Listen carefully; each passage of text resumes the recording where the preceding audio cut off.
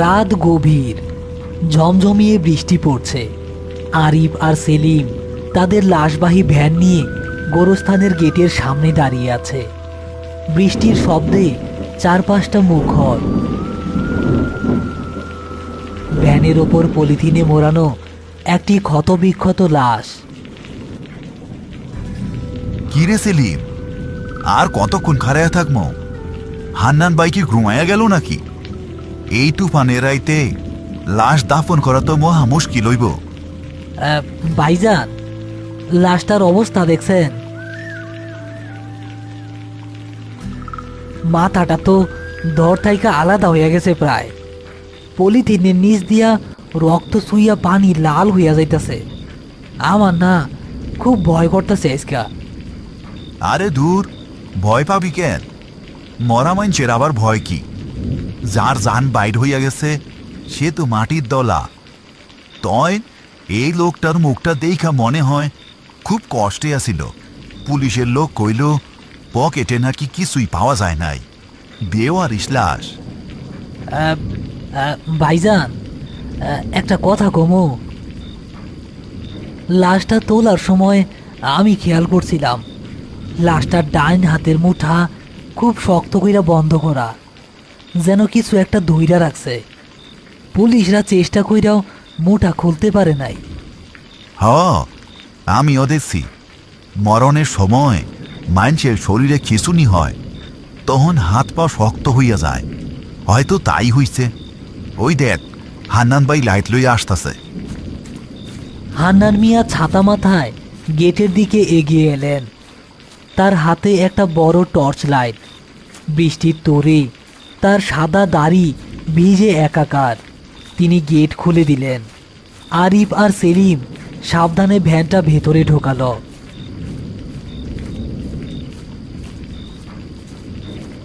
আসো আরিফ, আসো। আইসকা তো আসমান ভাইনা পড়তাছে। এই দুর্যোগে মরা মানুষের গতি করা বড় সবের কাম। হান্নান ভাই, তয় লাশটার অবস্থা খুব খারাপ। তাড়াতাড়ি দাফন করতে হইব। জায়গা ঠিক করছেন? পুরান তেঁতুল গাছটার নিচে একটু জায়গা আছে, ওইখানে মাটি নরম, খুঁড়তেও সুবিধা হইব। চলো। তারা তিনজন মিলে লাশটা ধরাধরি করে নামালো। বৃষ্টির কারণে মাটি পিচ্ছিল হয়ে আছে। তেঁতুল গাছের নিচে পৌঁছাতেই হঠাৎ একটা বিকট শব্দে বাজ পড়ল। মনে হলো বাজটা কাছেই কোথাও পড়েছে। বিদ্যুতের ঝলকানি আলোতে সেলিম দেখল লাশের বন্ধ মুখটা যেন নড়ে উঠল। ওরে বাপরে, ভাইজান, ভাইজান, লাশটা নড়তাছে, হাতের মুঠাটা নড়তাছে। চুপ কর হারামজাদা, বীজজি চমকাইছে তাই চোখের ভুল দেখছস। মরা মানুষ নড়ে কেমনে? সেলিম, ডরাইও না বাবা, শয়তান ধোকা দেয়। বিসমিল্লাহ কইয়া কামে হাত লাগাও। তারা কবর খোঁড়া শুরু করলো। কিন্তু অদ্ভুত ব্যাপার হলো, যতই তারা মাটি খুঁড়ছে ততই গর্তটা পানিতে ভরে যাচ্ছে না, বরং ভেতর থেকে একটা পোড়া গন্ধ বের হচ্ছে, যেন মাটির নিচে আগুন জ্বলছে। বৃষ্টির ছাট সত্ত্বেও গর্তের ভেতরটা অস্বাভাবিক রকমের গরম। ভাইজান, মাটির নিচ থাইকা ধোয়া বাইর হইতাছে কেন? আর এই গন্ধটা কিসের? পোড়া পোড়া গন্ধ। গন্ধটা তো আমিও পাইতেছি। হান্নান ভাই, এই জায়গায় আগে কি কিছু আসিল? না রে ভাই, এইটা তো সাধারণ মাটি আসিল, কিন্তু আইসকা সব কিছু কেমন উল্টা পাল্টা লাগতেছে। আমার মন কইতাছে এই লাশের লগে কোনো বড় ঝামেলা আছে। অনেক কষ্টে তারা কবর তৈরি করল। লাশটা কবরে নামানোর সময় সেলিম আবার সেই বন্ধ মুঠোর দিকে তাকালো। এবার সে স্পষ্ট দেখল মুঠোর ফাঁক দিয়ে একটা সাদা কাগজের টুকরো উকি দিচ্ছে। বৃষ্টির পানিতে কাগজটা ভিজে যাচ্ছে না, বরং অদ্ভুতভাবে শুকনো দেখাচ্ছে। ভাইজান, ওই দেখেন, হাতের মধ্যে কাগজ। আমি কইছিলাম না ওর হাতে কিছু একটা আছে? আরে তাই তো, এতক্ষণ তো খেয়াল করি নাই। হান্নান ভাই, টর্চটা ধরেন তো, দেহি কাগজটা বাইল করা যায় কিনা। আরিফ লাশের শক্ত হয়ে যাওয়া আঙুলগুলো খোলার চেষ্টা করল। অনেক কসরতের পর আঙুলগুলো একটু আলগা হতেই একটা ভাঁজ করা কাগজ বেরিয়ে এলো। কাগজটা পুরনো, হলুদ হয়ে গেছে। আরিফ কাগজটা পকেটে রেখে দিল। এইটা থাক, পরে দেখমো, আগে দাফন শেষ করি, রাত অনেক হইছে।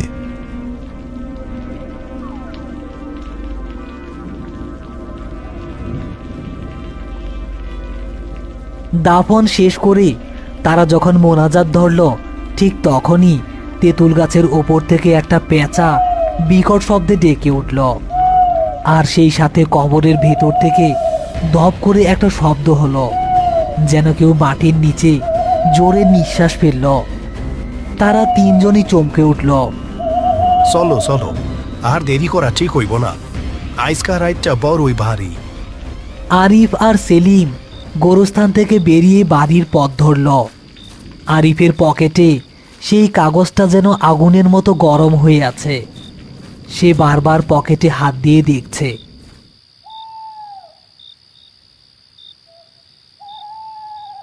বাড়ি ফিরে আরিফ ভেজা জামা কাপড় ছেড়ে হ্যারিকেনটা উস্কে দিল।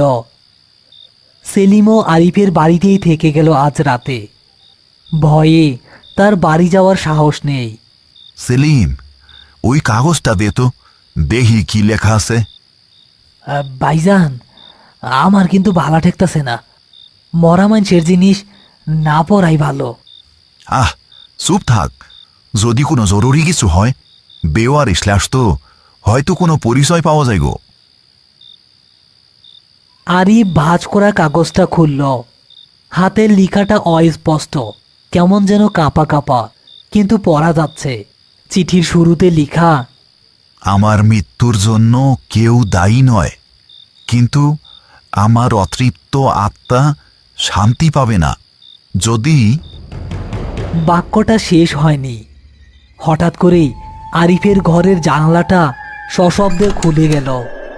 দমকা বাতাসের সাথে এক ঝলক ঠান্ডা হাওয়া ঘরে ঢুকল। আর সেই সাথে ঘরের এক কোণায় ছায়ার মতো কিছু একটা নড়ে উঠল।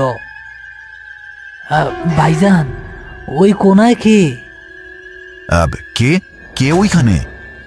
আমার চিঠি, আমার চিঠি, আমার কথা শেষ করতে দাও। কে আপনি?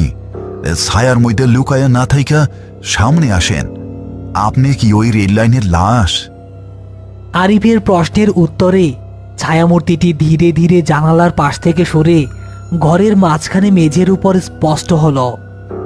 তার শরীরটা আবছা, কিন্তু মুখের অবয়বটা ঠিক সেই লাশের মতোই, ক্লান্ত আর যন্ত্রণাকাতর। তবে আশ্চর্যের বিষয় হলো, তার মাথাটা শরীরের সঙ্গেই আছে, কোনো ক্ষত নেই। আমি আমি মতিন, আব্দুল মতিন। আমার চিঠিটা ওইটা আমার মাইয়ার কাছে পৌঁছায়া দেও ভাই, ও আমার পথ চাইয়া বইসা আছে। ভাইজান, ও তো কথা কয়, ও আমাকে কাছে কি চায়? ডরাইস না সেলিম। আপনার মাইয়া কই থাকে, আর চিঠিতে কি লিখা বাকি আছিল? চিঠির উল্টা পিঠে ঠিকানা আছে। ওরে কইও আমি আসতাছিলাম, ওর বিয়ার গয়না আর জমানো টাকা সব আমার ব্যাগে আছিল, কিন্তু ট্রেনের ধাক্কায় সব ছিটকায়া পইরা গেছে। টাকা গেছে যাক, কিন্তু ওরে কইও আমি ওরে ফালাইয়া যাই নাই, আমি আসতাছিলাম। কথাগুলো শেষ হতেই হঠাৎ একটা দমকা বাতাস এসে হ্যারিকেনটা নিভিয়ে দিল। ঘরের ভেতর এক মুহূর্তের জন্য ঘুটঘুটে অন্ধকার নেমে এলো। আরিফ দ্রুত দেশলাই জেলে হ্যারিকেনটা আবার জ্বালল, কিন্তু ঘরের ভেতরে আর কেউ নেই। ছায়ামূর্তিটি উধাও হয়ে গেছে, শুধু জানালার বাইরে বৃষ্টির শব্দ শোনা যাচ্ছে। সেলিম, হ্যারিকেনটা দে তো, চিঠির উল্টা ভিটটা দেখি। এইবার দেখেন ভাইজান, আরিফ চিঠির উল্টো পিঠে খেয়াল করল। বৃষ্টির পানিতে ভিজে লেখাটা প্রায় অস্পষ্ট হয়ে গেছে, তবুও খুব কষ্টে পড়া যাচ্ছে। প্রাপক ময়না, পিতা আব্দুল মতিন, গ্রাম Taltali, post office station road. আরে তালতলি, তালতলি তো বেশি দূরে না, রেল লাইনের ওই পারেই গ্রামটা। কাল সকালেই আমা ওইখানে যাইতে হইব।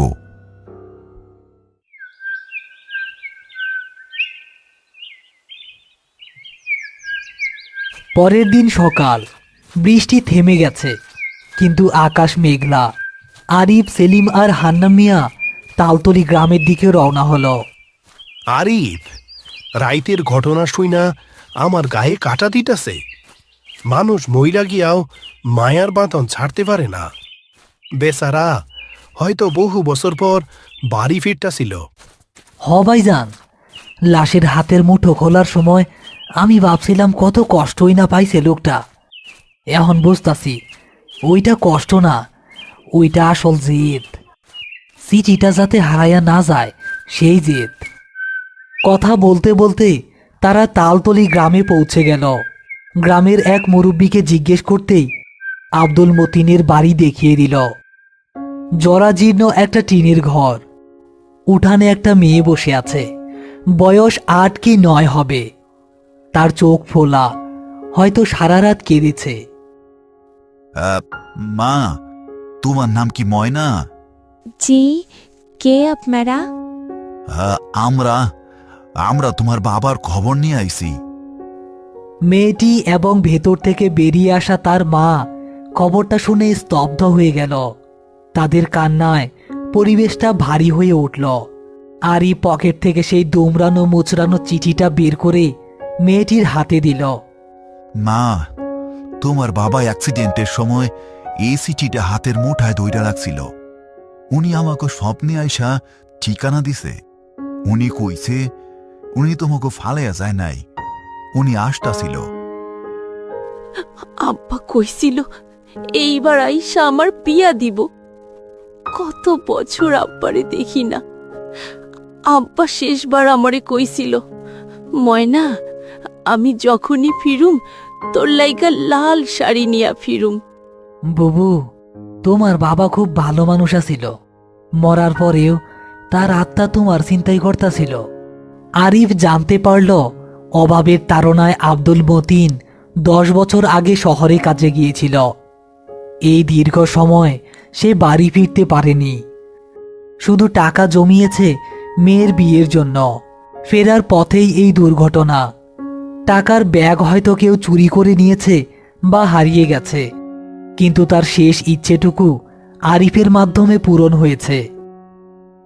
আব্দুল মতিনের পরিবার এসে কবর জিয়ারত করে গেছে। আরিফ, সেলিম আর হান্নান মিয়া তেঁতুল গাছের নিচে সেই নতুন কবরটার পাশে দাঁড়িয়ে আছে। অদ্ভুত ব্যাপার হলো, গতকাল রাতে যে কবর থেকে পোড়া গন্ধ আর তাপ বের হচ্ছিল, আজ সেখান থেকে একটা শান্ত মাটির গন্ধ আসছে। কবরের ওপরে কিছু বুনো ফুল ফুটে আছে। দেখছো আরিফ, মাটিরও প্রাণ আছে। কাল রাইতে মাটি অস্থির আছিল, আর আইস কত শান্ত। আত্মারা শান্তি পাইছে। হ হান্নান ভাই, আমাগো কাজ শুধু মাটি চাপা দেওয়া না। আমাগো কাজ হইল মাটির নিচের মানুষের শেষ কথাগুলো জ্যান্ত মানুষের কাছে পৌঁছানো। ভাইজান, আইজ রাইতে আর ডর লাগবো না। মনে হইতাছে মতিন ভাই এখন শান্তিতে ঘুমাইতাছে। চল বাড়ি যাই, আকাশ আবার মেঘ করতাছে।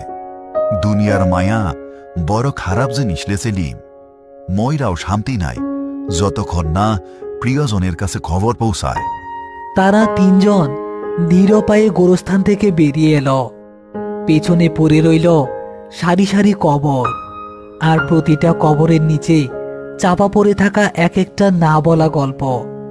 গোরস্থানের গেটটা বন্ধ করার সময় আরিফ আরেকবার পেছনে ফিরে তাকালো। তার মনে হলো তেঁতুল গাছের নিচে দাঁড়িয়ে কেউ একজন হাত নেড়ে তাদের বিদায় জানাচ্ছে। আরিফ মনে মনে বলল, ভালো থাকেন মতিন ভাই, আল্লাহ আপনারে বেহেশত নসিব করুক।